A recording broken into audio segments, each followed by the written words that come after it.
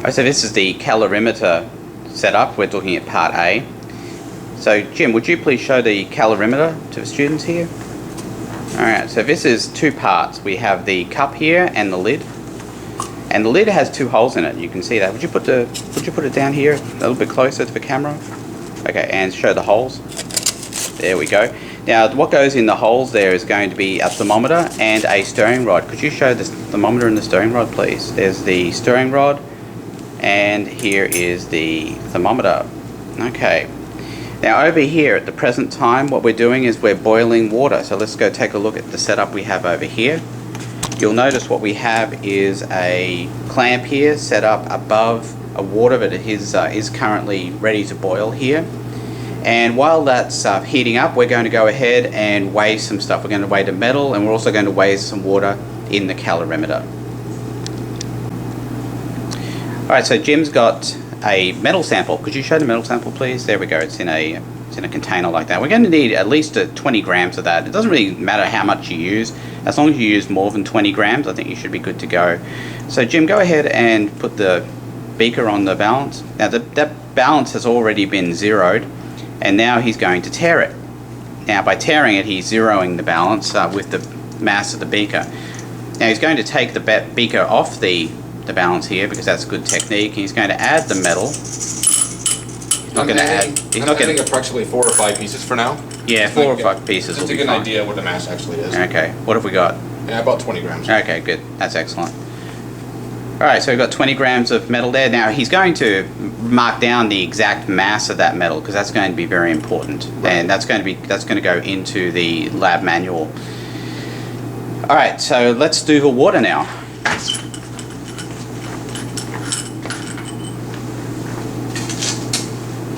Now we're just really interested in the bottom part of the calorimeter for now. So he's going to put that onto the balance. He's going to weigh that.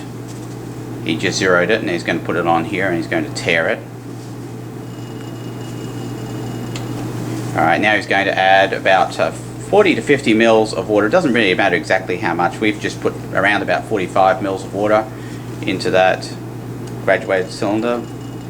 And what he just did there was pour that into the calorimeter. So now he's going to weigh that and we're going to get a mass for that water, and that obviously we're going to write down as well into our lab book. Now if the balance you're using overloads, and sometimes they will, you'll have to use a triple beam balance to get that mass, and you'll also have to take note of, again, of the mass of the cup or the calorimeter so that you can take account of how much water is actually in the calorimeter. Alright, so Jim's got this metal sample here, but he's already weighed. Now he's pouring it into this large test tube. Now you'll notice how he did that. He put the test tube at an angle, and the reason for that is because what can happen is if you pour that metal directly in there while it's upright, put it upright for a second, what's going to happen is that metal's going to come through and it's going to smash right through the bottom of the test tube, and we don't want that to happen. Now what Jim's going to do is put it into the clamp, and you can see that water is now boiling. Very hot. It's very hot, yeah, so be careful. You'll notice he's wearing gloves, which is really good for protecting from the heat as well. Now you'll notice where the beaker is set up on the hot plate, it's so that it's fairly close to the edge so that the test tube will be able to be put into it. Now he's going to go ahead and lower the test tube. Would you go over the other side please, Jim, to show the lowering of the test tube here. And you'll see what he's doing, he's just lowering the entire clamp setup there. And he's going to make it so that the metal sits about 1 to 2 inches below the level of the hot water. Now if you're finding that the hot water is not high enough, you can always add more water using a water bottle or another beaker. He's also got a thermometer here. He's going to stick that thermometer in with the metal sample. And the importance of this is that we need to know what temperature the metal's going to be at, and as long as the bulb of the thermometer is touching the metal, that will be sufficient. Now this is not the most efficient way to be taking the temperature of the metal, we will admit that, and we may not even get to exactly 100 degrees, but we do want to get close, and as long as we heat that in the water for about 10 minutes, that should get it close enough to 100 degrees so we can go on to the next step. So here we've got the calorimeter. We've already weighed the amount of water that's in there on the balance. And now we're going to take an initial temperature of that water, and that'll be pretty stable. And after that, we'll add the metal to it, and we'll see that temperature go up.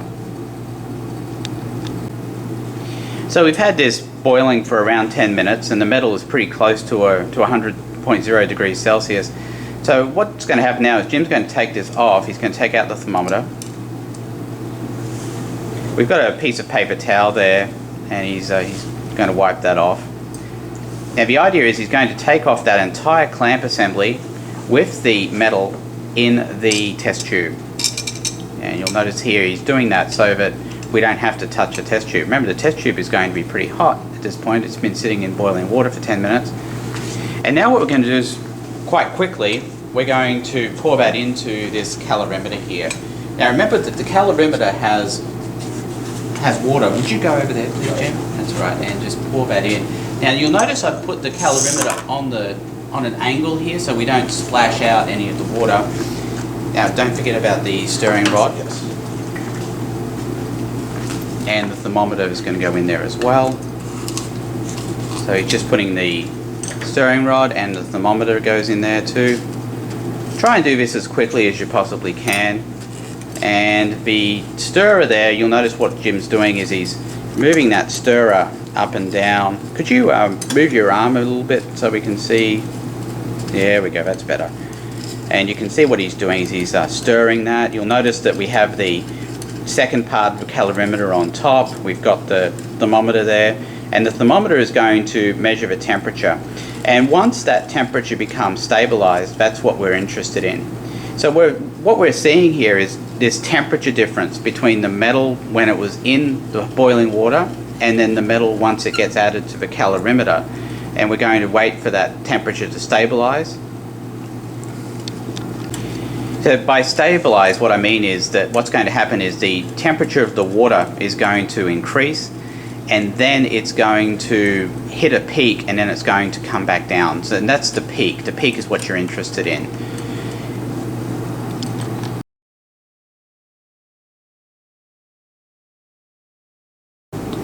Alright, so we're looking here at part B. We're going to find the enthalpy of solution of a solid. And Jim, could you show the solid, please? There we go. It's in a vial. It's not pre-weighed. I mean, that's not going to be the mass we need.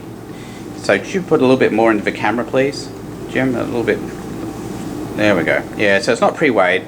We need 5 grams or around about 5 grams. It doesn't have to be exactly 5 grams. I'd say anywhere between 4.5 and 5.5 grams is fine, as long as we know exactly how much we're going to be using.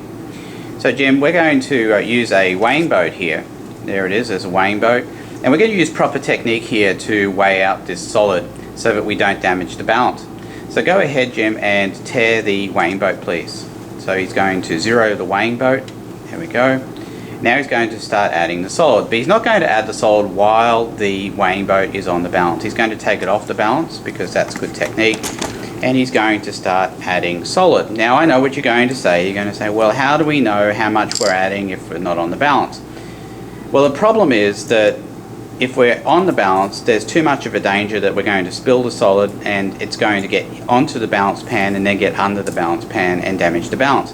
These balances around $600, and we're just trying to save some money here. So what Jim's doing here is he's putting a certain amount on there just to get an idea, a ballpark. How much have you put in there now, Jim? About 0.4 grams. 0.4 grams. So he knows he's going to need about 10 times what he's got in there currently, and then because remember, we're not interested in exactly 5 grams here, so just anywhere in the ballpark of 5 grams will be fine. And you can see he's just going ahead and just going all out here and just putting as much as he thinks is going to be needed. You just have to estimate and eyeball it. 1.6. Okay, so keep cruising here, and then he's going to make sure he has about 3 times, I guess, what he's got in there currently. So then that's how you'll be handling it.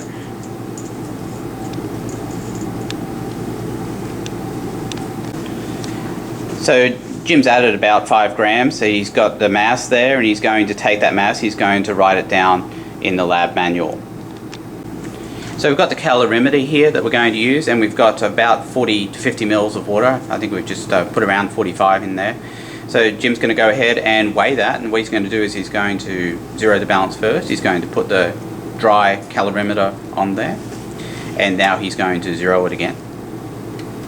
And now he's going to add the water to the calorimeter. He's going to take it off the balance. Would you put it down, please? There we go. There we go. He's going to add it. Perfect. And you notice he's doing it very slowly, very carefully. Make sure he gets all the water in there. All right, now he's going to put it back on here, and he's going to weigh it. And we're going to mark down that mass of the water that's in the calorimeter. So now we've got this weighed sample of water in the calorimeter, and we're going to go ahead and get the temperature of it. So that temperature should be pretty stable. It'll be pretty close to room temperature, and we'll mark that down in our lab manual. Right, so what Jim's got is he's got a sample. We've already weighed that sample. We've marked that sample mass down in the lab manual. And that water has been weighed, and the temperature, the initial temperature has been taken. We're going to go ahead and weigh add the sample to the solid sample. You'll notice he's trying to get every last skerrick, every last bit of solid in there, and then we'll put the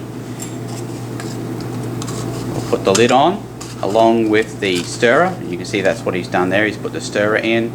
Would you sort of do it from behind here a little bit, and they can see you doing the stirring part. There we go.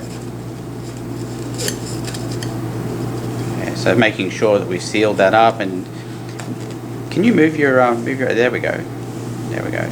Yeah, and just hold on to the bottom part. There we go. So you can see what he's doing is stirring that, and then we're going to measure the temperature. Now keep in mind, temperature could go up or it could go down depending on the solid that's been added.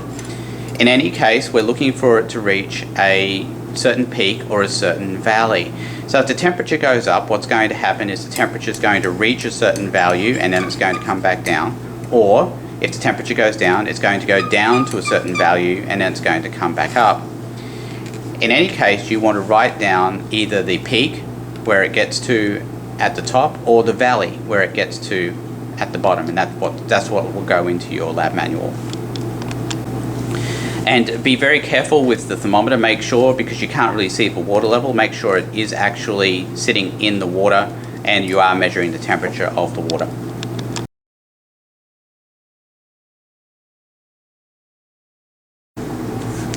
So here we've got two graduated cylinders. They each have 25.0 mils of material in them. We have 2 molar HCl, we have 2 molar NaOH. These are fairly dangerous substances, especially the sodium hydroxide, that can cause blindness. So make sure that you are careful when using it. Use gloves and use your goggles. So what Jim's going to do now is put a thermometer into each of these, and we're going to get an initial temperature of each of these solutions. Now they should be fairly similar. They may be a little bit different as far as the temperature goes, but we'll sort that out as we go. And then we're going to wait for that temperature to stabilize. We shouldn't take long. And then we're going to pour that into the calorimeter, into both of them into the same calorimeter, and we're going to see the temperature change that occurs. So we've pre-measured these the temperatures of the solutions, and now Jim's going to go ahead and pour them both into the calorimeter. Put it down a little bit, please. There we go. That's right. Just leave it on the bench and you can add the second one.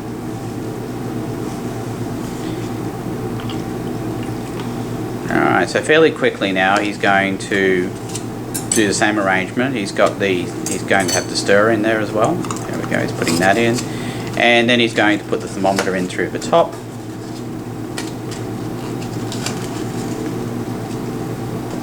And could you just move your hand, Jim? We'll show the final arrangement. There we go, and you can see could you go ahead and do the stirring with the hand behind? There we go, perfect. So what we're looking for here is, it's going to be an increase in temperature, and the temperature is going to hit a certain peak, and then the temperature is going to come back down. You're interested in getting to that peak, how much the temperature actually goes up to, and that's what you'll mark down in your lab manual. Okay.